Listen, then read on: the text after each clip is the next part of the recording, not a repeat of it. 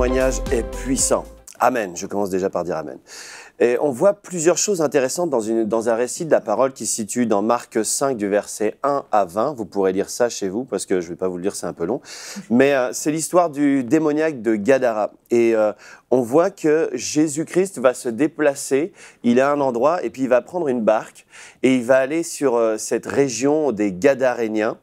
Et uniquement pour rencontrer une seule personne qui est ce démoniaque qui va venir à lui. On voit, si on lit dans Marc 4 et qu'on lit dans la fin de Marc 5, que Jésus va à cet endroit, puis qu'il repart. La seule chose qui se passe, c'est qu'il rencontre ce démoniaque. Donc, il s'est déplacé à un endroit sciemment pour aller voir une seule personne, donc ce démoniaque. Et de surcroît, cette personne, elle était possédée. Donc Jésus était parti quand même dans un but. On voit deuxièmement que Jésus a complètement délivré cette personne d'une situation terrifiante et irrémédiable aux yeux de Dieu.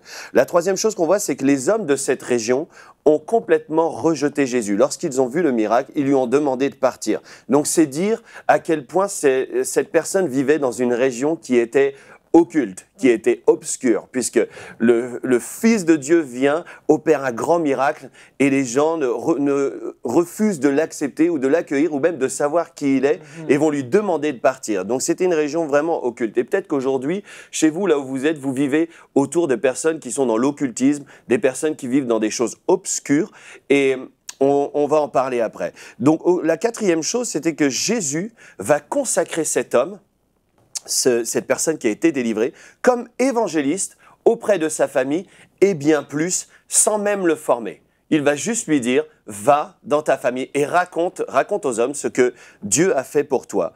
Et ce quatrième point décrit une scène qui peut nous paraître incompréhensible parce qu'il contient une puissante révélation concernant notre témoignage personnel. L'homme qui a été délivré, il veut suivre Jésus, il va le supplier pour venir avec lui, mais Jésus va lui dire « va et va témoigner ». Et c'est comme si Jésus lui disait « ils m'ont rejeté, moi le Sauveur de gloire, qui a fait un grand miracle aux yeux de tous, mais toi, qui n'es pas formé, tu vas rester ici pour évangéliser à cet endroit où on me rejette personnellement ». Alors c'est vraiment curieux parce que Jésus aurait pu organiser des réunions dans cet endroit pour que les gens viennent au salut. Il aurait pu les enseigner, il aurait pu parler en parabole, il aurait pu faire tout ce qu'il faisait de l'autre côté de la rive, mais là, il arrive là, et il y a une personne qu'il va libérer, et il va lui dire, c'est toi qui vas faire ce travail-là. Donc, en gros, Jésus lui dit, le témoignage personnel, ton témoignage personnel est aussi efficace que toutes les réunions que je pourrais organiser à cet endroit-là. Et ça, c'est une parole pour toi, c'est pour t'encourager. Parce qu'aujourd'hui, là où tu en es, avec ce témoignage que tu as une puissance derrière ton témoignage, ce que tu as vécu. Et des fois, on méprise la puissance de notre témoignage parce qu'on se dit, moi, j'ai pas été délivré d'une légion de démons, moi, j'étais pas aveugle, j'étais pas boiteux lorsque j'ai accueilli le Seigneur dans ma vie, mais Jésus nous dit que notre témoignage est puissant. Et il faut se rappeler que même si on n'a pas vécu toutes ces choses-là, on est quand même passé de la mort éternelle à la vie éternelle. Et ça, c'est la plus grande des choses. Et on peut lire dans 2 Corinthiens, au chapitre 4, verset 5, « Nous ne nous prêchons pas nous-mêmes, c'est Jésus-Christ le Seigneur que nous prêchons. Et nous nous déclarons vos serviteurs à cause de Jésus. En effet, le Dieu qui a ordonné que la lumière brille du sein des ténèbres a aussi fait briller sa lumière dans notre cœur pour faire resplendir la connaissance de la gloire de Dieu dans la personne de Jésus-Christ. Nous portons ce trésor dans des vases de terre, alléluia, j'aime ce verset, afin que cette puissance extraordinaire soit attribuée à Dieu et non à nous.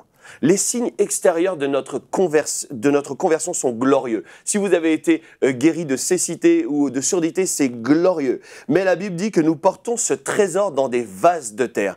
Et ce n'est pas le vase que nous prêchons le trésor qu'il y a à l'intérieur. Donc les signes extérieurs de votre conversion, les miracles que vous avez pu vivre, comme ce démoniaque a pu vivre une délivrance, c'est glorieux. Mais ce que vous prêchez, ce n'est pas la guérison, c'est celui qui guérit. Et aujourd'hui, avec ce témoignage que vous avez, votre témoignage personnel, Dieu veut que vous alliez et que vous commenciez à prêcher l'évangile. Et voici un petit rappel concernant votre vie.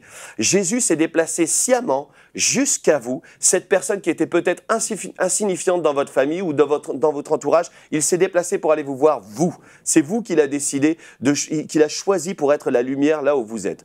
La deuxième chose, c'est qu'il vous a délivré d'une condition Qu'importe la condition dans laquelle vous étiez certainement dans l'obscurité, dans des ténèbres, vous étiez comme ce démoniaque dans des tombeaux d'amertume, de rejet, de souffrance, de peu importe. Jésus vous a libéré, vous a puissamment délivré. Et votre entourage a certainement rejeté le Seigneur. Il est certainement religieux. Il connaît peut-être l'Église. Il a peut-être fréquenté l'Église, je ne sais, mais il a rejeté la foi authentique en Jésus-Christ. Et pourtant, Jésus-Christ vous dit, je te consacre comme témoin. C'est toi qui vas être un témoin puissant dans ton entourage. Alors aujourd'hui, si Jésus lui-même juge que votre témoignage personnel est suffisant, qu'il n'y a pas besoin qu'il vienne faire des réunions dans votre famille, dans votre entourage, allez avec ce témoignage. Il est puissant. C'est la vérité. Vous avez reçu Jésus-Christ, vous êtes sauvés, c'est la foi que vous avez et c'est suffisant pour amener tout votre entourage à Jésus-Christ. Soyez fortifiés. Amen. Retrouvez la suite de ce programme dans l'émission Bonjour chez vous sur ENCI TV.